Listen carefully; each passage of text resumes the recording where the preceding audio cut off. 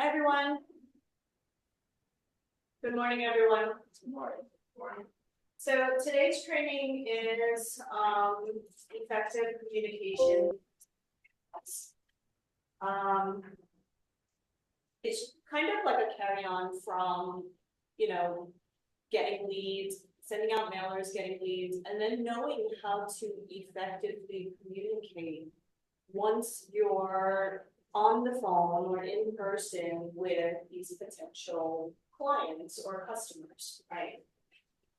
And I know when you first start, and even now, I visit open houses or I'll speak with agents, and you could kind of tell the difference based on a lot of factors. Is communication just words? No, right? What is it? Communication, yes. What is effective communication? Come on, guys, it's not just words, right? What is it? It's your tone, it's your body language, it's everything you're conveying, um, and your demeanor, definitely. With that said, the mic is a little low for me. I don't know if it's low for anybody else. How about now? Way better. Okay. I just got to stand real close to this. Is this better? Yeah, that's almost a little too much. Somewhere in between there is perfect. Okay, here. Give me 1 second. Let me just click this thing.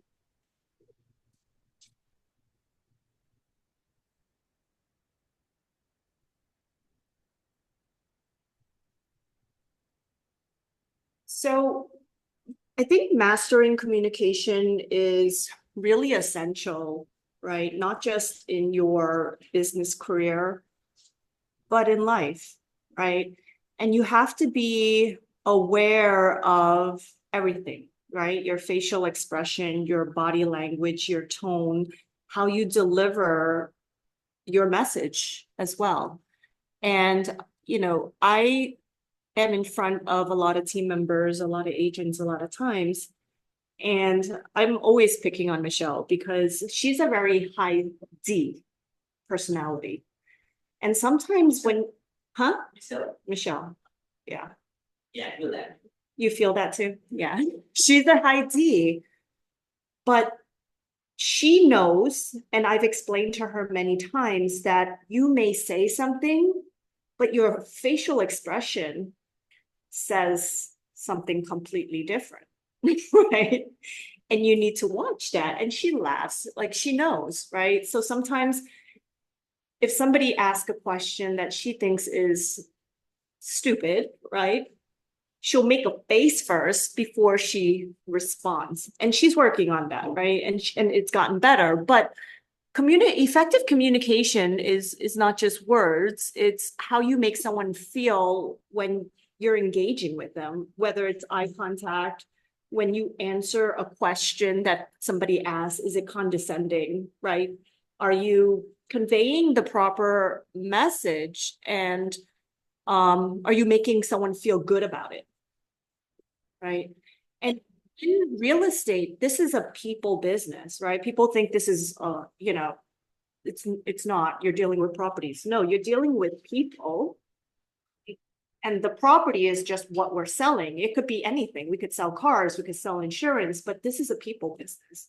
So if you're not effectively communicating, then you're not going to be, it's one of the skills you absolutely need to master. Okay. So I have been speaking with, some agents, and like I said, let's go back to like open houses and stuff like that. I repeatedly have asked agents, why aren't you getting certain forms signed when you know that it's a requirement? Right? You guys know there's documents that are absolutely required, right? Agency disclosure, fair housing disclosure. And now, before you even work with a buyer, right? Let's say you do get a buyer lead from one of these mailers or a seller lead. Let's say you start working with a buyer, you need to get them to sign a buyer contract. But I know for a fact that many of you guys are not even doing the simplest agency disclosure or fair housing disclosure, let alone a buyer contract. Why is that? I think a lot of agents are hesitant and they're shy, thinking that to get them to commit so early on, it will blow up.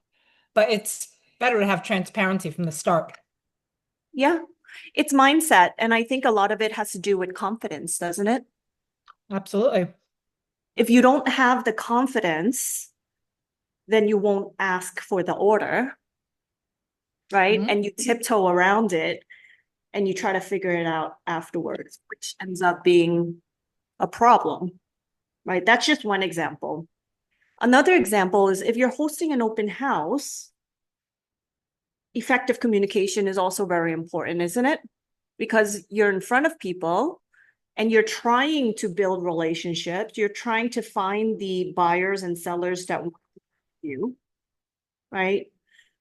But yet agents are spending 2 to 4 hours every weekend hosting these open houses and not getting results because they think they just set up and buyers and sellers are going to want to work with them.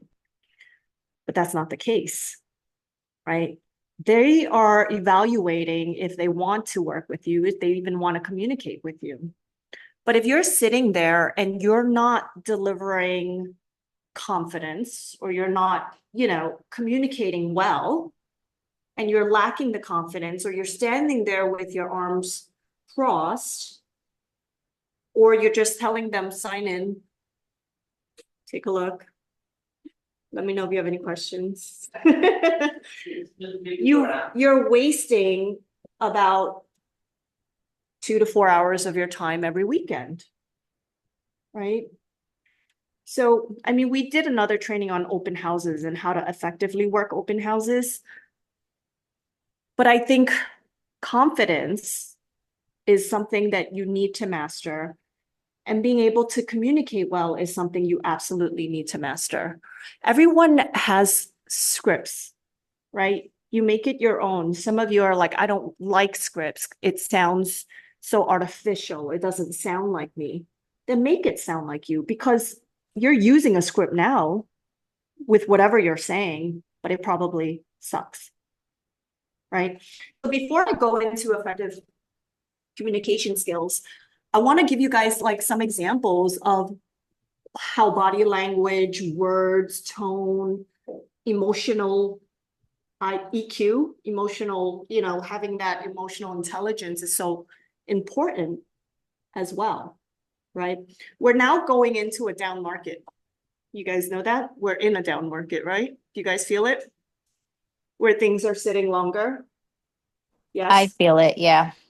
Yeah. So instead of, let's say, and how would you approach an owner to tell them that we need a price reduction? I usually reassess the comps every 2 weeks actually. I talk to them about it. Okay. And how do you do you say we need to do a price reduction? Depending on the seller. Some of the sellers are easier to talk to than others. Mhm. I have one specifically right now who bases his decisions off of statistics. So Okay. I'm sending him those. But let's talk about wording. When you say we need to do a price reduction, what does the owners think? That Sounds they're losing negative. money? That you're giving, it sounds negative, right? Yeah. So instead, why don't you say we are repositioning to meet the market to re-engage the consumer? Right? We need to reposition to meet the market. We need to reposition ourselves to meet the market so that we can re-engage with the consumer. Repositioning doesn't sound as negative, right? So little tweaks like that, instead of saying, hey, we need a price reduction. I think we need a price reduction. The market's soft. The market is bad. Instead of blaming, right? Our delivery and our words and our tone matter. We're not doing a price reduction. we're repositioning to meet the market so that we can re-engage the consumer. Doesn't that sound better? Way better. Yeah, Right? a lot better. So why don't you guys try that in the next week? Right? Things that are not moving, properties that are sitting, and you know that you should reposition. Try that with the seller. Well, usually what I do is like, when we do open house, right, the weekly basis, and I do show the amount of people that show up to the open house. Mhm. And then give the feedback to the homeowner, what happened, and I tell them that most of the flat, like, city buyers are telling the same thing, the price, it's, the reason why we're not getting offers. Yeah, The sellers understand that. yeah. Yeah, some are definitely more understanding than others, right? But what I'm saying is, instead of using the word, let's do a price reduction, just say, I agree, let's reposition ourselves so that we meet the market and re-engage our consumers. Okay? So it's about being clear, it's about being concise. Here's another example. Let's put in an offer and hope for the best. You know, you guys say that. Does that show confidence? No, right? What do you think we should say? Let's put in an offer and hope for the best.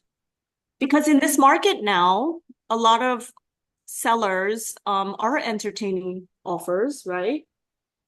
But I think delivery of your buyer's offer is pretty important, right? How you submit an offer and how you present it to a listing agent is very important as well. Very. And how you convey to the buyers that you're going to negotiate for them and you're going to advocate for them, right? Despite them coming in lower than the asking price because the market is tougher now. Like, what would you say to them instead of, let's put in an offer and hope for the best? I would say let's put in an offer and have a plan B ready. What's your number? What's your max? Can you say that again? I'm sorry. Sorry, my ear thing wasn't here. I would say let's put in an offer, but be ready for it to be rejected. And if that's the case, let's have a plan B positioned. Okay. What's your max? What about let's pick an entry point and see what kind of feedback we get? Let's submit an offer that'll grab the seller's attention emotionally and financially. Right? Let's submit an offer that'll grab the seller's attention emotionally and financially. So prior to submitting an offer, a lot of agents will ask me what's important to the seller. Do you guys do that? Is it always price? No, right? No.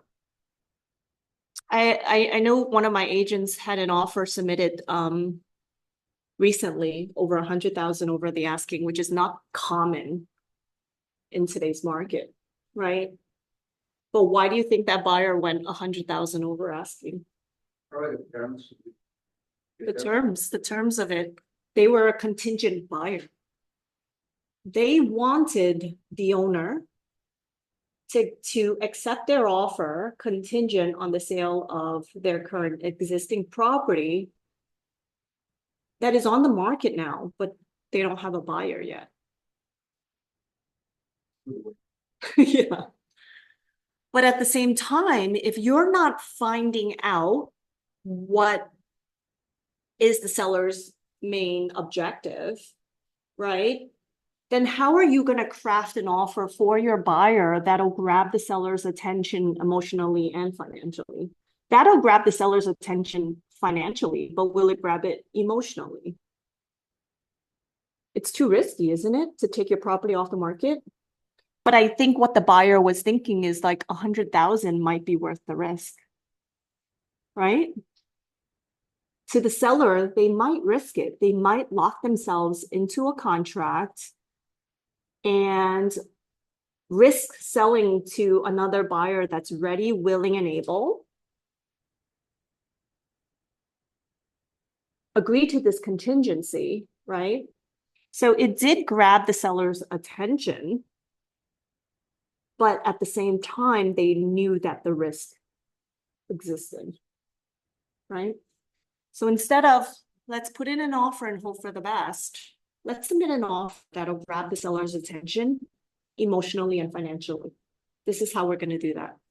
Your job is to guide the buyer client, isn't it? Not say, okay, what do you want to give? Right? You're not educating them. You're not advocating for them.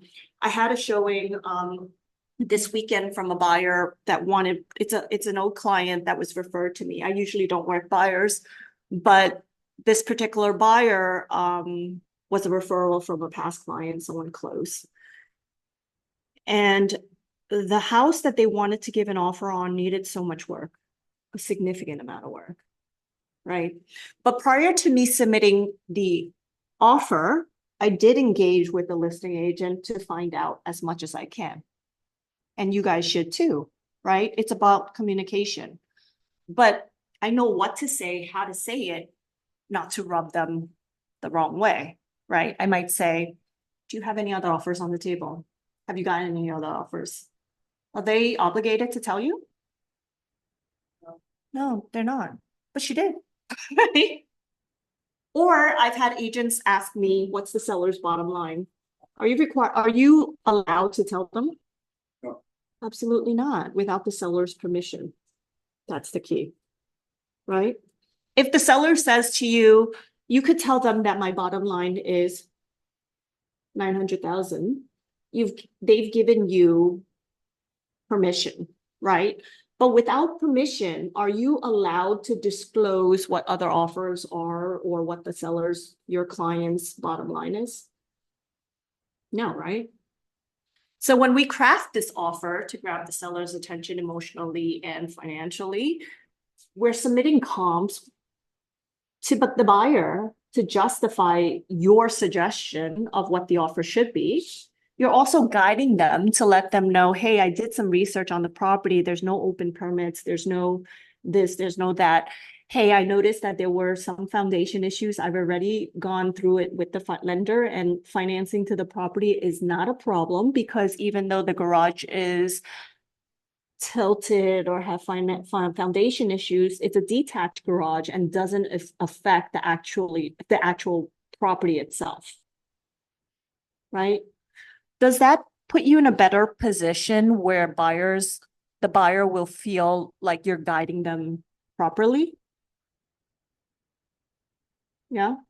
Instead of, hey, let's submit an offer and hope for the best. Do you guys understand how words, communication style, all of that actually matters? Okay. When somebody, let's just say somebody says something to you and you're like, yeah, you got it. I get that. I want you guys moving forward to think of yourself as the leader, have the confidence, right? Show your sellers and buyers that you're actually the one taking charge. But when you are communicating with them and you're like, hey, just checking in, does that sound confident? No, but you guys do it, right? Why? Just checking. Why? Why do you do that? Because you feel what? That to be comfortable position. Yeah, but does that make you appear like the leader that you should be? No. It makes you sound like a nuisance, like you're not sure the value you're bringing them right now. Or you make them feel like you're bothering them, kind of, right? In a way. So stop Yeah, it. like you're tiptoeing just to check a pulse. Yeah, why? Why are you guys doing that? Shouldn't be checking in, you should be giving updates. Yeah. Here's an update for you. Is that better? Just letting you know. This is how I'm handling this. This is the current situation. Yeah, anything that'll show authority, confidence. But once you're tiptoeing, hey, just checking in, right? What do you think we should do? I don't know. What do you want to do? Stop that crap. What phone are you saying? Yeah, no, it's a passive I mean, communication. Let's say you're just reaching back out to them to get an update, right? For example, I sent a listing document over to a landlord. He took a long time. Lubet is finally signed, right? But and he's a very busy doctor. And he wasn't picking up my call. So I sent a text message. I said, following our last conversation, the new documents and adjusted price were emailed over to you. In the event that you're not able to get it signed back today, I need you to let me know so that I can edit the start date and have it resent. Right? Instead of, hey, just checking in, do you have time to sign the documents today? Which some of you might say because you feel like you don't want to come across too aggressive, to, whatever. But a simple message like that shows that I need to know now and today if you're going to execute the documents for me. Because if you're not, we need to figure out what we need to do next. Right? So be aware of how you're communicating, not just in person, not when you're just speaking, your body language, but also when you're texting and emailing. Yeah? Yep. Let me know if you have questions. Do you have any question? That's the same thing. Let me know if you have questions. So how are you gonna ask me if they have question? You really wanna know. What's your top concern right now? Let's tackle it together. Right? There was, I had an offer come in with the buyer and they just changed their mind and didn't want the property anymore. And the seller's like, oh, well. And I said to the seller, I'm gonna find out why. They're like, it's all right. You don't have to find out why. I'm like, no, let me find out why. So I thanked them for getting back to me. And I said, what was your concern with the property? And I gave them alternate choices, right? Because they did question a supporting wall. They questioned, for those of you who are Chinese, stairs facing the entrance and things like that, right? So yeah, that's like a feng shui thing, right? Right. So I said, what was your top concern? Was it the wall? Was it the stairs? Right? I appreciate your time, right? You thank them for their time because once you appreciate them for their time, they're going to answer you, right? Because I've already thanked them for taking the time to get back to me. But if you give alternative choice also, most likely they will respond. But if you leave it open-ended, they most likely will not. This goes with like prospecting and things like that too, right? And I repeatedly say to you, when you're trying to confirm an appointment, don't say, hey, okay, so when are you free next week? They get overwhelmed. They look at their schedule. I'm very busy. When are you free next week? Are weekdays good or are weekends better? Alternative choice, regardless of what they pick, you win, right? You get it regardless. Mornings better for you or evenings? Right. So instead of let me know if you have any questions, because you know that they're hesitant. Oh, what's your top concern? Let's try to figure this out together. Let's tackle it together? Right? Does that show more authority and more confidence? Yes. These little tweaks, these little words actually matter. Right? I've been on listing appointments with some agents and they're like, how do you remain calm? How do you just, I think a lot of it comes with just experience. And if you know already that a lot of these are repeated things that you say, maybe you should be more aware of it when you say it. As you're going through the day, be aware of how you're texting, how you're responding, how people are responding back to you. And I want you to learn from it, right? Figure out what could I have adjusted in my delivery to show more confidence, more authority, and be able to get them to actually respond the way with accurate information I want them to deliver to me, right? I find that sometimes as much as you want to mirror them, what you put out, they're trying to mirror you too in some sense. Yeah, and then nothing gets done. But sometimes like, oh, do you think we should do a price reduction now? Or do you think we should Right. adjust the price, next week? And they're like, you decide. Right? Be in I the mean- driver's seat, guys. Yeah. Right? Because I think many of you are tiptoeing because you're afraid to show authority or you lack the confidence to show authority. And I promise you, if you show authority and you take that leadership role, the seller actually feels a lot better. The seller will feel more confident and better guided because you're showing them that you've got this, you're going to take over, right? So instead of, you decide. Honestly, my recommendation based on what you've told me is for us to do this.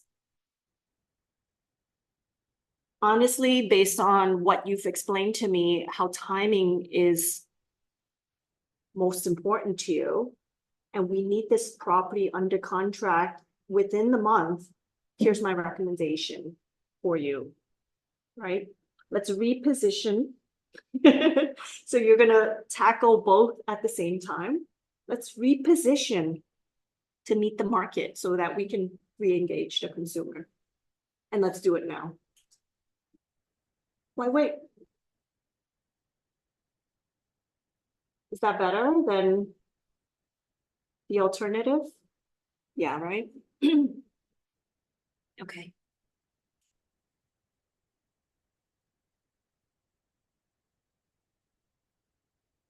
Any questions so far? I have a question. Yeah. How do you go about a buyer who has a kind of ridiculous offer, like too much under? How are they coming up with that number? They're saying this is like this is as much as I want to spend, I don't want to spend, like they're set on a number. Are you providing comps for them to justify the value? Mhm. Is the Like listing, investor. because you guys know, listing agents aren't always accurate with their listing price, right? Mhm. So I think a lot of times buyers think I'll just go a little bit under or whatever. You said this is an investor? Yeah, That's not a regular buyer. Those investors only care about numbers, right? sometimes you have to let it go, right? This particular Yeah, case is that's like not a this. real, like, investors only care about their like net numbers. Right now, a lot of investors that are flipping properties feel the market shifting and they know that their numbers may not be accurate anymore. And I see some homes like around here where they purchased at what they felt was a bottom price at that time. And they put money in and they're trying to flip it at a much higher level and it's sitting. So instead of selling now, they're trying to rent at a ridiculous price as well. But your situation is a very different situation than a buyer. You need to grab them emotionally and financially with comps financially and emotionally based on why they want to buy it for. But for an investor, emotion is completely out and it's all numbers. So Right. say before you show them that property, do the numbers yourself, put yourself in a situation that if you were an investor, if the numbers don't make sense, there's no point of showing that property the numbers. Doesn't make sense. Yeah. But if they like come to you with, like, this is the property that I want and this is what I want to spend, if they're hard set.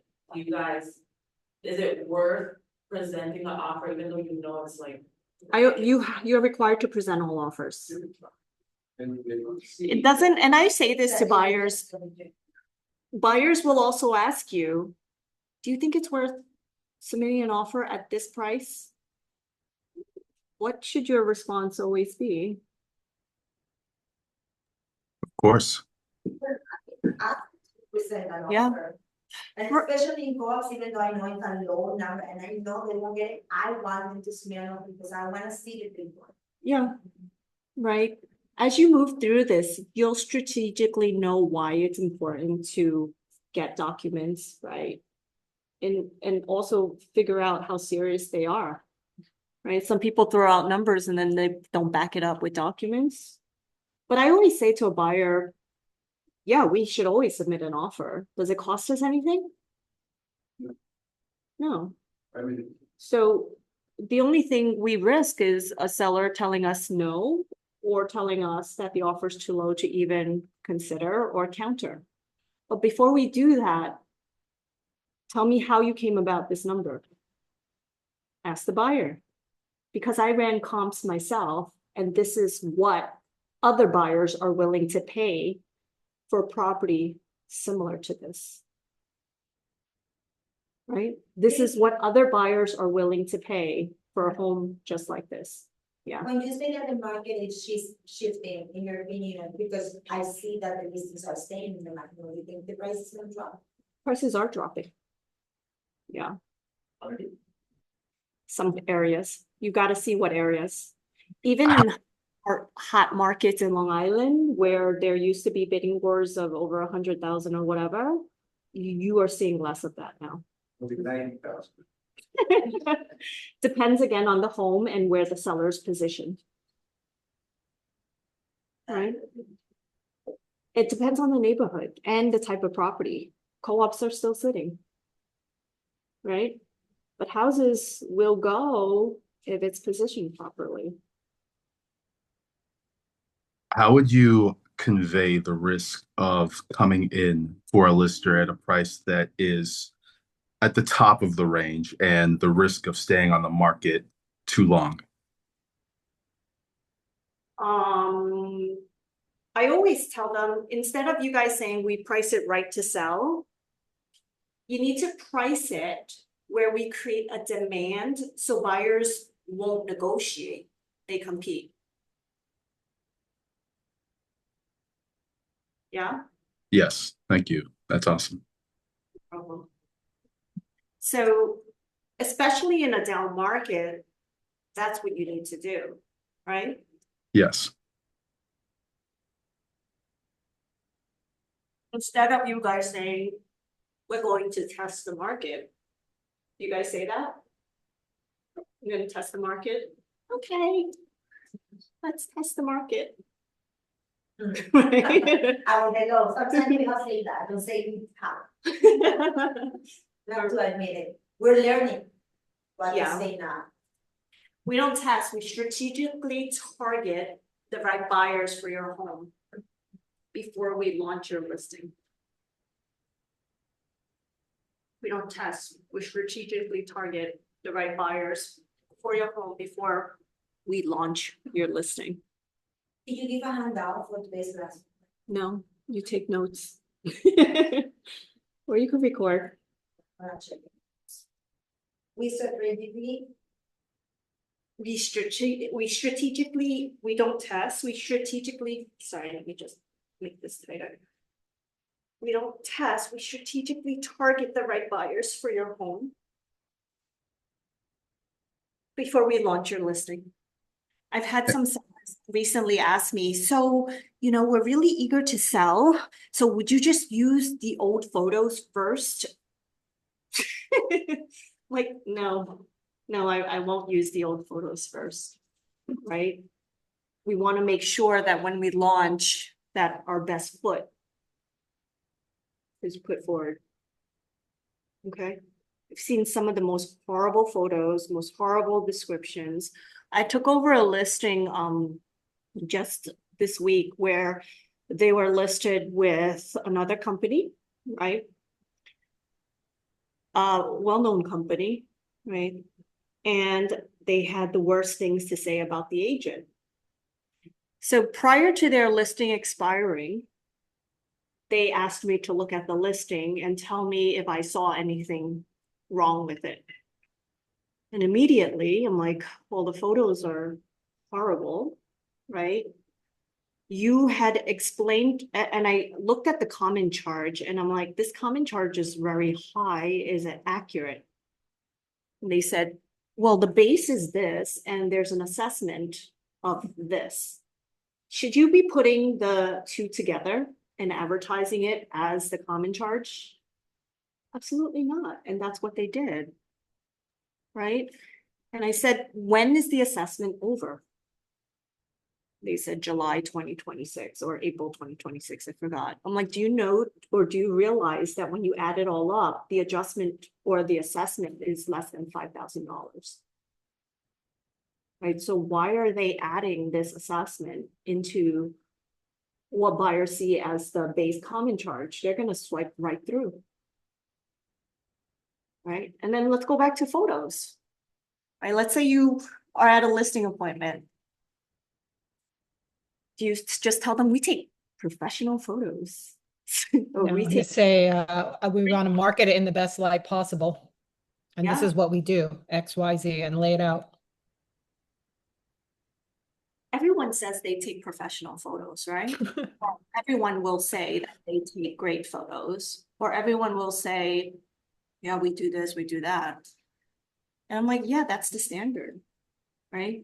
But we create visual assets that'll grab the consumer's attention.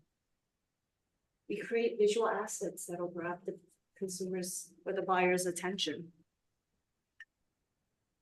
Or it's going to grab them emotionally. Because when is it really the first showing? Is it when they step foot in the property? Or is it when they're scrolling on their phone? When they look at it online. Yeah, that is the very first showing, right? And you have only a few seconds to grab their attention, don't you? Before they start swiping, right? So you have to explain this to the owner.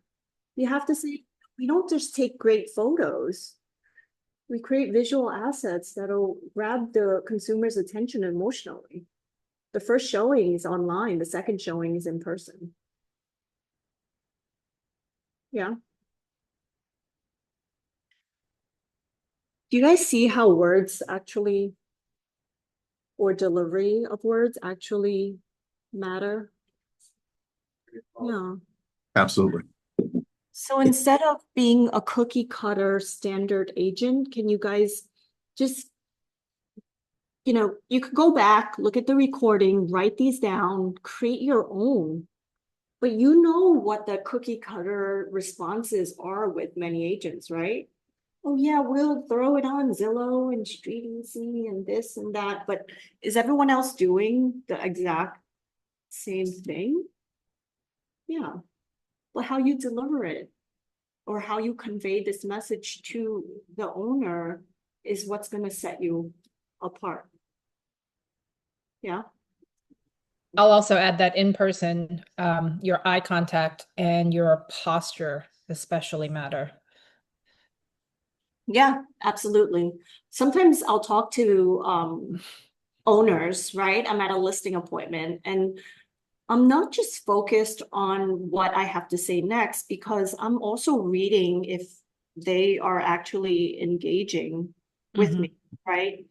If their arms are crossed and they're kind of reserved, immediately I know that I still haven't broken the ice. Right? Right. So everything, including EQ, including body language, all of that matters. So if I'm at a listing appointment and I'm like, I'm not selling it, they're not feeling it, I need to adjust, what is their style? What am I not getting through to them? Right? Am I being a little bit too aggressive? Do I need to step back? Like, all of these things actually matter. Right? But I know agents that they're so set on like just rambling. Sometimes less is more. Right? Nervous rambling. And you're not listening to the person's actual issue or problem, that you're just doing a lot of chest pounding and you're like, look at me, I sold this and I've done this and they don't care. They really don't, until they know that you care about them. Okay. All right, kind of getting off track. And gotta go soon.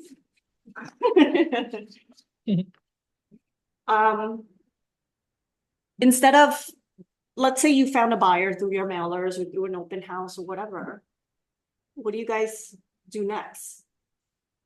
Instead of what? Instead of doing those things. No, let's say you found a buyer, right? And you're ready to work with them.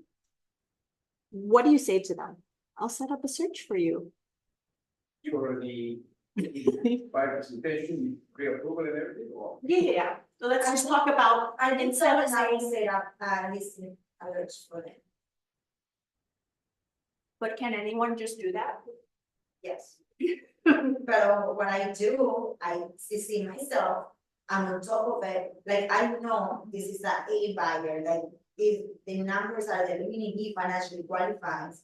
So then I'm on top of it, so I know, okay, this property came up, I'm on top of them, sending them. So how do you deliver that message to the buyer instead of saying, I'll set up a search for you? How do you tell the buyer that that's what you're gonna do? I tell them that I'm gonna do a search for them and I'm gonna say like this. No, because that's what every agent is gonna say, right? So how are you gonna say it differently? Similar to what you say, where you're on top of it because they're an A buyer and they're gonna buy something. How do you get them to sign that buyer agency contract with you? Would let you, them know that you're would- gonna actually show them homes that they want, instead of just everything that pops up on Zillow, they could find too, right? Everything that pops up on Street Easy, they can find too. Every agent will also say, I'll set up a search for you. So what are you gonna say differently where they know you're not showing them the same crap that everyone else is? Yeah. let's schedule a meeting to find out exactly what your real estate goals are and set up a plan to make that happen. Yeah, something like that, right? Or I'll create a strategy that'll filter homes that you're gonna wanna put an offer on. Well, that's part of the presentation that I do when I meet a buyer. We already talked about all these things in Yeah, every week I send. which is great, but instead of saying, I'll set up a search for you, right? Yeah, I will set a strategy. I'll create a strategy that will filter through homes that you'll actually want to put an offer on. That's kind of like what you said, right, Maria? I look and I like I see which ones. But instead of saying that, you say, I create a strategy that will filter through homes that you'll want to offer on. And I think that's what Miss Michelle has mastered, right? She works buyers so efficiently and effectively because she has said to me, time is money. And she has said to the buyers, when they say, I want to see this, she goes, you're not going to like this.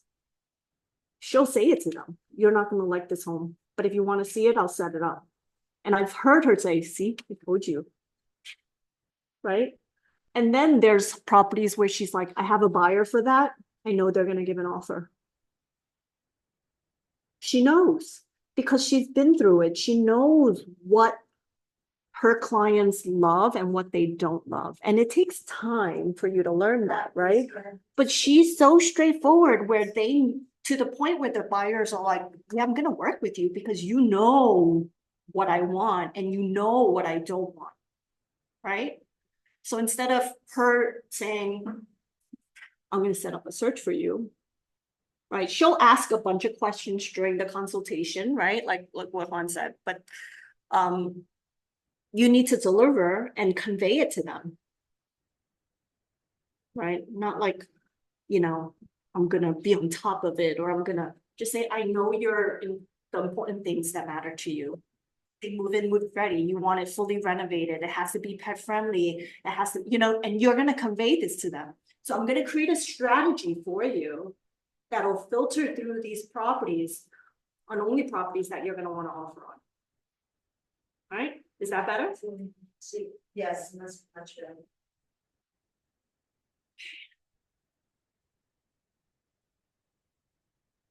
Have any of you guys been on an email with some of my team members also?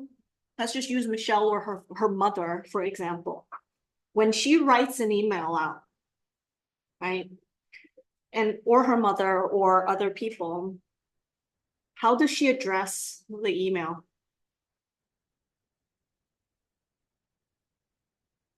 Hi, team. Right? Instead of, hey, Alan, hi, Mary, hello, team. What does that show? Teamwork. Yeah, we're all in this together, right?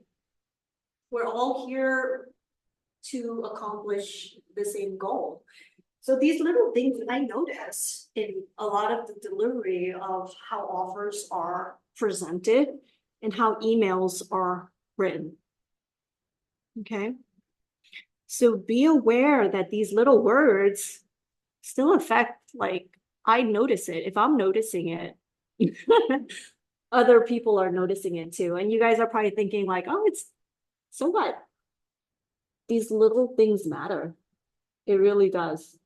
How you make someone feel in a text, in an email, conversation-wise, in person, all of that actually matters. It personalizes. It makes, there's like a human element to it, right? Also gives you authority. There's a book, right, for exactly what to say, something like that. Is that what you're getting, where can we get it? I know there's that book. There's that so I many can books. recommend it There's so many for books. real estate.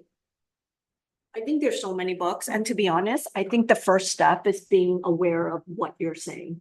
If you're out and about today, can you guys pay attention to what you say or how you say it, or how you're sending a text or how you're sending an email? Like, does this show confidence? Does this show authority? Does this show that I'm advocating for them? Right? Let me make sure I'm going through everything, because I gotta go soon.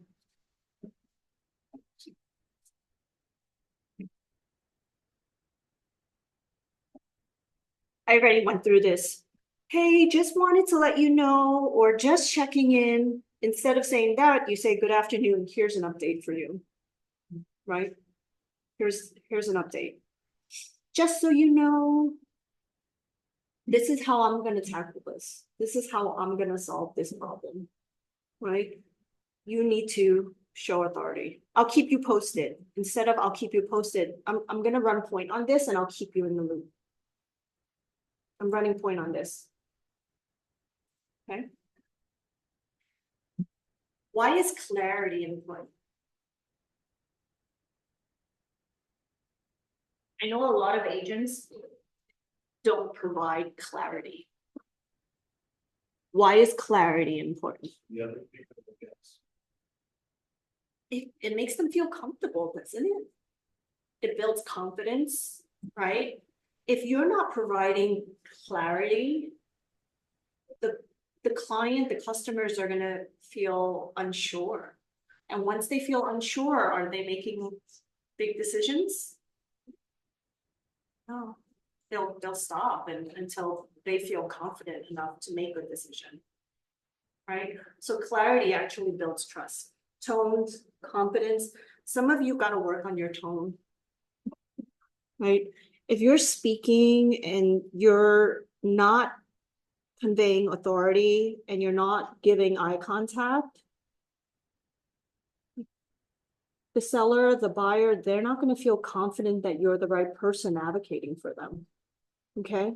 So confidence, delivery, tone, all of that, you have to master. Right.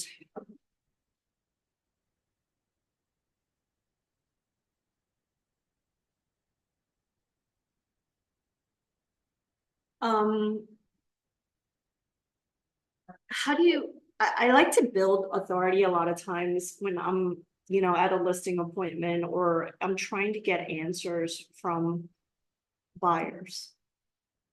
But I think a lot of people lack the ability to ask more questions, right? Why? You feel like you're overstepping. You feel like you're being too intrusive. No. You ask the hard questions.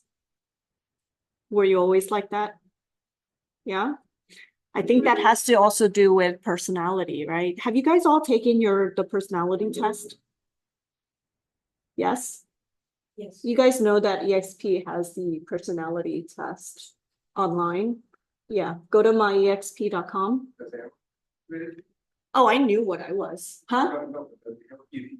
Yeah, absolutely. Like I've said to Michelle many times, she's my high D. And the other day she's like, hey, I just took the test again. I'm like a double D. And I'm like, you didn't need a test for me to tell you that. She's like laughing, right? Someone who's direct, no filter, nothing. But why is that important to know what you are? So, Yeah, right? Because can she talk to people the same way? Like, can she talk to an S personality that way? Can she talk to a C personality that way? Ds could definitely talk to other Ds very direct and no filter, nothing, right?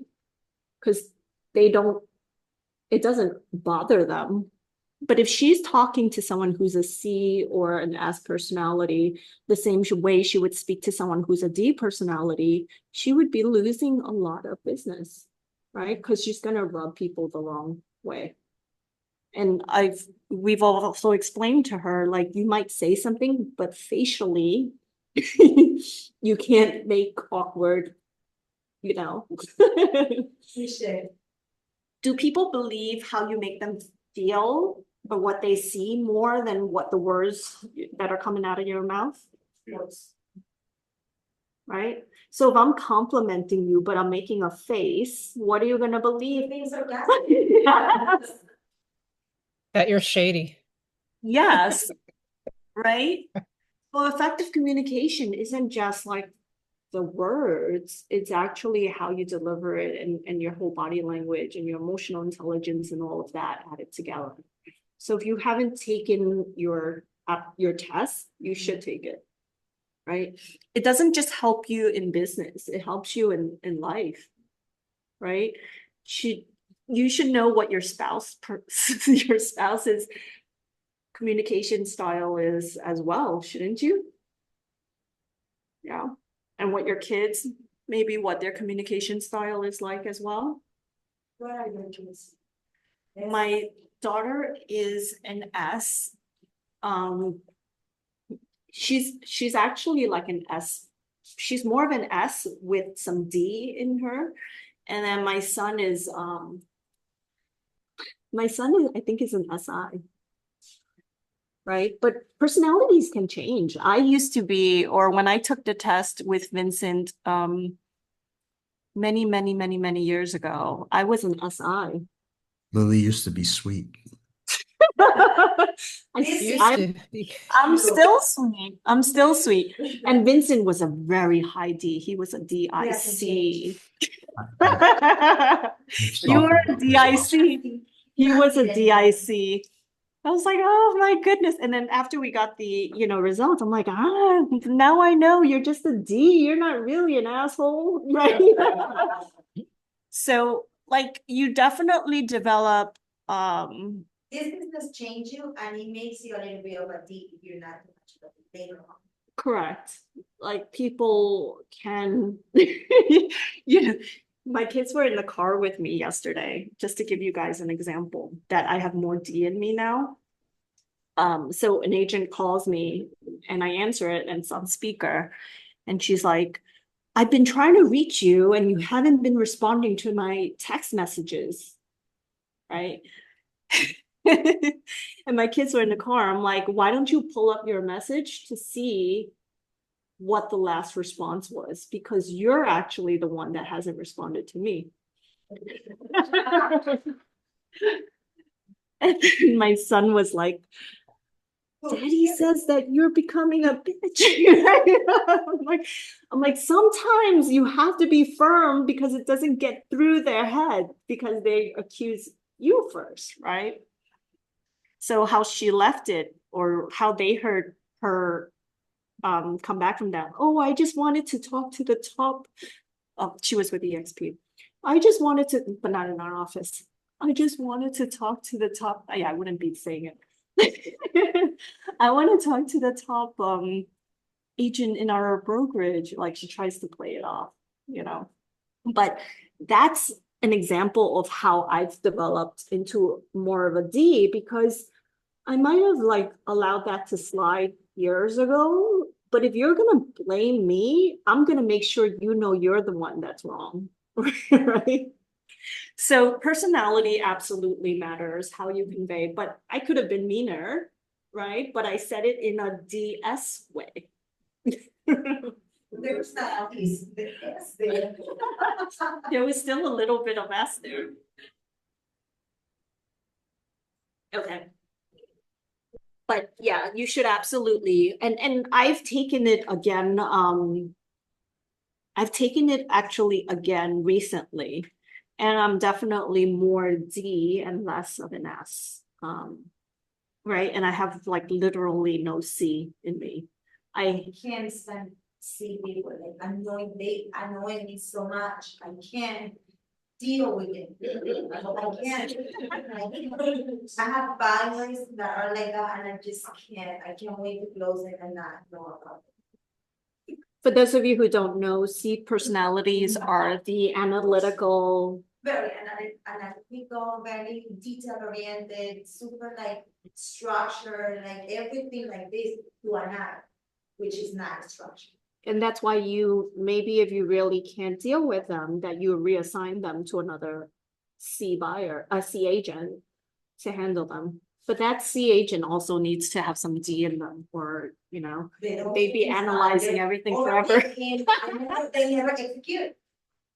You have to make them feel safe before they can execute. That's the difference between C personalities. So C and S personalities are going to take a lot longer to make a decision because they need to feel, the S's need to feel safe, right? And then the C's need to, it has to make sense for them. It has to make sense for them. Whereas the D's and the I's, they will make decisions very quick. I's might make decisions very fast based on their emotions. Like, oh, this place makes me happy. Like, let me give an offer. Whereas a D personality is like time is money. As long as this property checks most of the boxes, I'm good. Let's give an offer. So figuring out how much you should push someone based on their personality also matters. And how much information you share with them also matters. Is an I gonna care about like what the lot size, building size, price per square foot really is? No, I's don't care about that. The C's do, right? So learning about personality and all of that really does matter. You know, you have to, honestly, like you said at the beginning of this training, this is a people business. So you need to get into their psychology and their mindset. That's how you're gonna get, like, my clientele is built because of the trust that I have, not because of the things that I have. It's how you make someone feel is what's gonna carry your business, right? So let me just go through this very quickly. Effective communication skills, communicate clearly, effectively. It's really going to be the foundation of whether or not your business is successful or not. If you're not able to communicate effectively, you need to find someone to partner with in order to communicate. Because if you can't communicate, that's going to be a tough one. Okay. So the foundation of our business really is effective communication skills. Okay. Especially for salespeople, right? It's probably one of the most critical skills. And if you don't have it, can it be learned and mastered? Absolutely, right? Or when I first started, I didn't think I would be, I would shift to like a D personality. Right, but as you develop, as people, environmental factors and environmental reasons, as you grow and mature, your personality style absolutely can change. And as your confidence level goes up, you're going to master the skill as well. But right now, if your confidence is low and you're not able to deliver, authority or whatever, you need to figure that out. Okay. You got to be clear and concise. I think a lot of people are not clear and concise. Choose your words.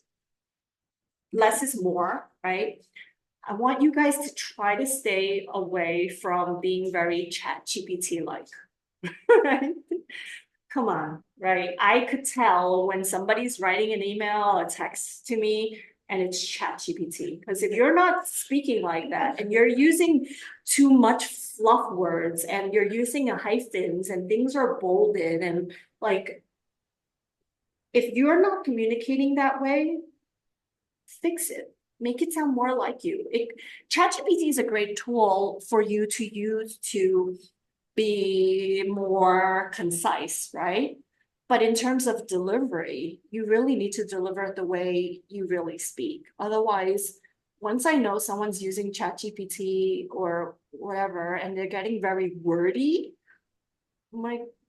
they lose you kind of lose that Credibility. credibility. Yeah, absolutely. The credibility is just not there anymore. And I'll see posts, I'm like, this is so ChatGPT. Like, this person did not write this. Oh yeah, I can tell 100%. They're not as articulate in person. It's Yeah, really obvious. So much. I love ChatGPT. I know, but you could actually say to ChatGPT, make this sound more natural. When I Make- know, when I say make it sound like me, I say he gets so like with emojis that are not. You could say to ChatGPT, I don't like emojis, don't use And a emojis, lot of or like, information going, and I'm like, no, it's so much. but you could also train ChatGPT to deliver to a D personality, an I personality, an S personality, a C And I think personality. now they have already models, right? Like no model, characters built in. So Mhm. you just put the name of the person that you wanted to be. and Yeah. act, and get- Yeah. But, sometimes emails, descriptions or whatever is too much. Too much, yeah, you Wow. don't make it look real, not too much. So avoid unnecessary words or overly flowery language that can distract from your actual message, right? Because sometimes you'll read these descriptions and it's like, enjoy the, I don't know what it says with like the terraces, and it's like, all right, this is So just much- way too So much. much to say It's something. too overly wordy. Just think less is more. A lot of times, just make sure that your message is being delivered, okay? Prepare ahead of time. It's really important to prepare ahead of time. I think a lot of people think, let me just wing it. Or I hope they don't ask me that question. I always like to prepare because it's like, even before going to a buyer's showing, because I hardly work buyers, right? But I told you I had that buyer that gave an offer recently. Prior to even meeting her at that house, to show her that house, I ran comps. Just to see if the house was positioned in the right way. I ran the property on Adam to see if there was any open permits, to see if there was any open violations. So that when I'm actually showing her the home, I'm delivering that I'm the right agent for her by saying, I already looked into the property. There is no open violations. There's no open permit. Yes. I think it's positioned a little high for the condition that we're in, but let's take a look and see what the property is really worth. Right? That gives them confidence that you're leading the way, that you know about this property already before we even saw the property. So if you know that you're going to go out to look at this one property that potentially could be the one, like, why not do a little bit of research? That research took me less than 15 minutes to pull up. right? You're gonna master the skill of pulling up information quickly, right? Atom is a great tool. So always prepare ahead of time. Even when you're doing an open house, guys, right? You know that if you're doing a co-op, a condo or whatever, they're gonna ask you, hey, what does the maintenance include? What's the pet policy? What is this? What is that? And I've already showed you guys, like you could actually insert, hey, ChatGPT, and obviously you're not gonna write to hey, ChatGPT, but you could say, tell me what the co-op board requirement is for the George Washington. Right? And it'll tell you 28% DTI, 30% down, no gifting, no pets, no dogs. It'll tell you what the policy is. ChatGPT will not give you comps. You got to run comps on your own because ChatGPT does not know how to differentiate that yet. Okay? Be mindful of nonverbal communication. Nonverbal cues can be between 65 to 93% more impactful than spoken words, right? You all agreed that, like, if I said something to you, that you would believe how I made you feel more than the words. When I want someone to say yes to me, you're going to see that my head is going to be nodding up and down. I've mastered how to get owners to also nod their head with me. Right? Because when I'm speaking to them and I want them to agree with me, a lot of times I'm nodding my head. If I want them to disagree with me, sometimes I'll gently shake my head, right? And you will see them mimicking you as well, right? Do you want to give an offer on this property? We need to train more on this as well. I'm telling you that if you want them to say yes, a lot of times a simple nod will make them also nod along with you. Okay, so nonverbal communication is actually pretty important. Try it. Try it. See if someone nods along with you. And I'm doing this throughout my whole training, and I see some of your heads nodding with me. Okay, it really, somebody trained on it. I tried it. I was like, oh, that's awesome. Watch your tone. I think tone is also not in person. I want you to watch your tone when you're writing, when you're on your emails, when you're responding to a text, right? As per my last email, how does that come across?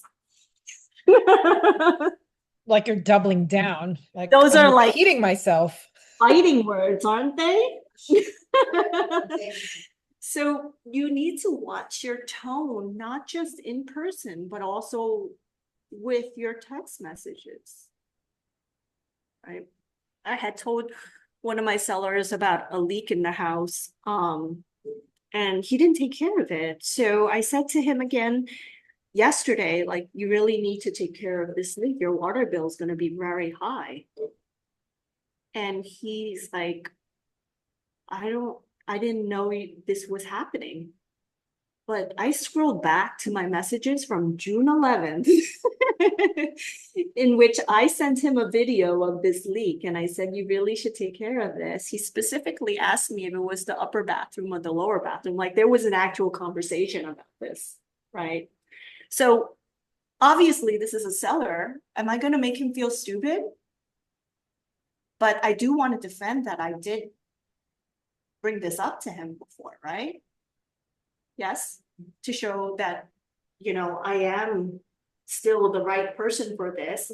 I'm taking care of not just the house, but also making sure that you're not going to have this exorbitant like water bill.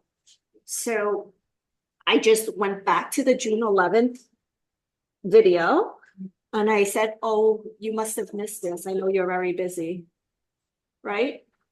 So that makes him feel a little bit less like he dropped the ball, because I'm giving him permission that it's okay. I know you're very busy. You must have missed this.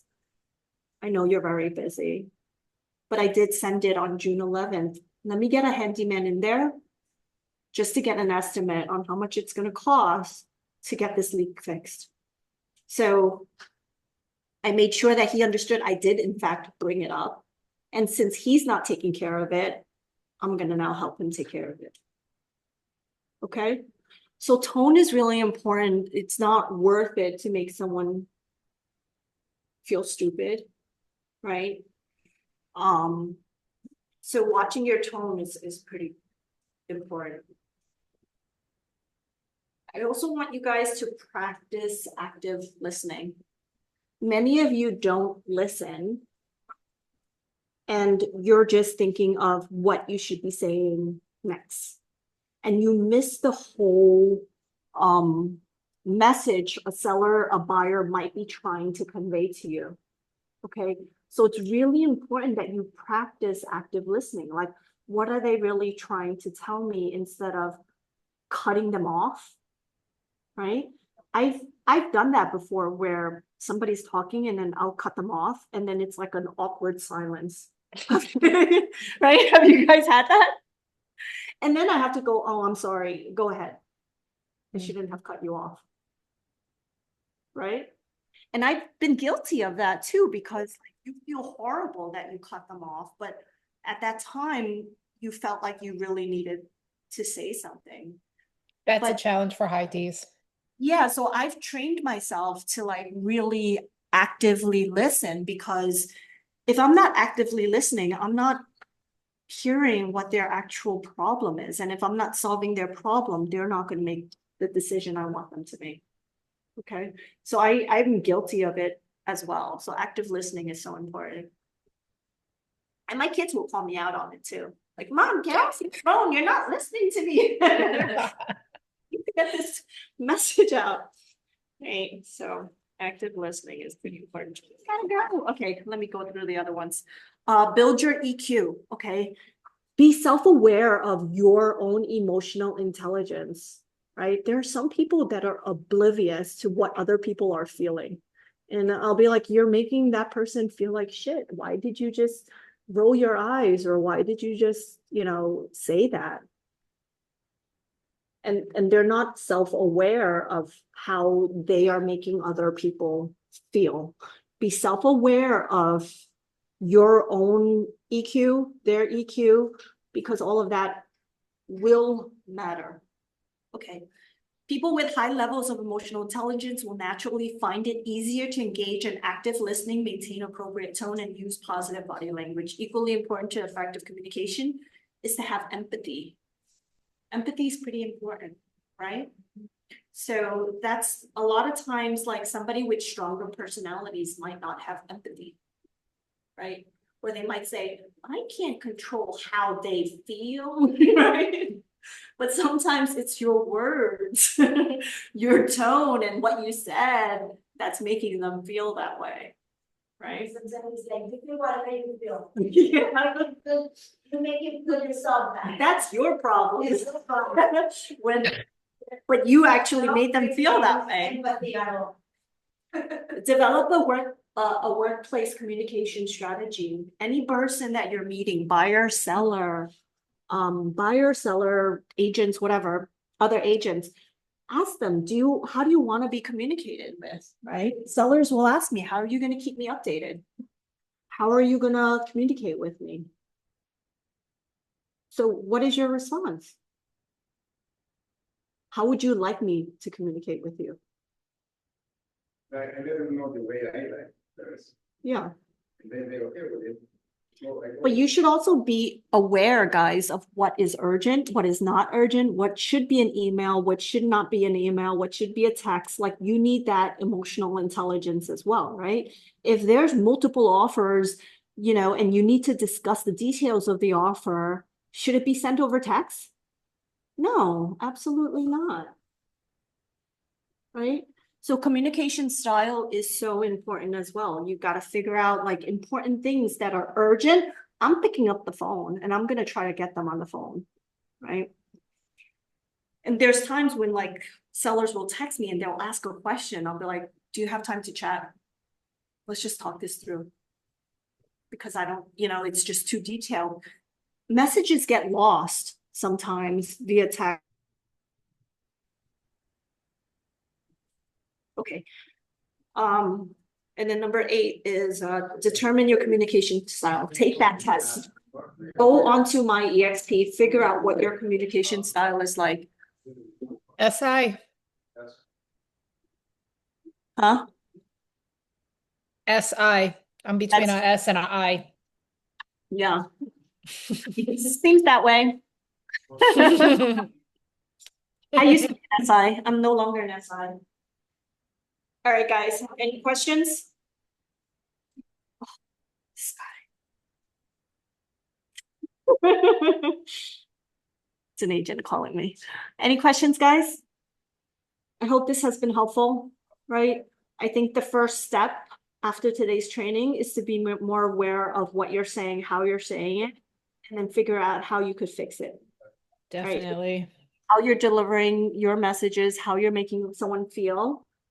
But like figuring out what works and what doesn't work, it'll boost your confidence level. If your confidence level isn't there, your delivery and your communication style will suffer. Most definitely. I go by my cardinal rules: syntax, cadence, and tone.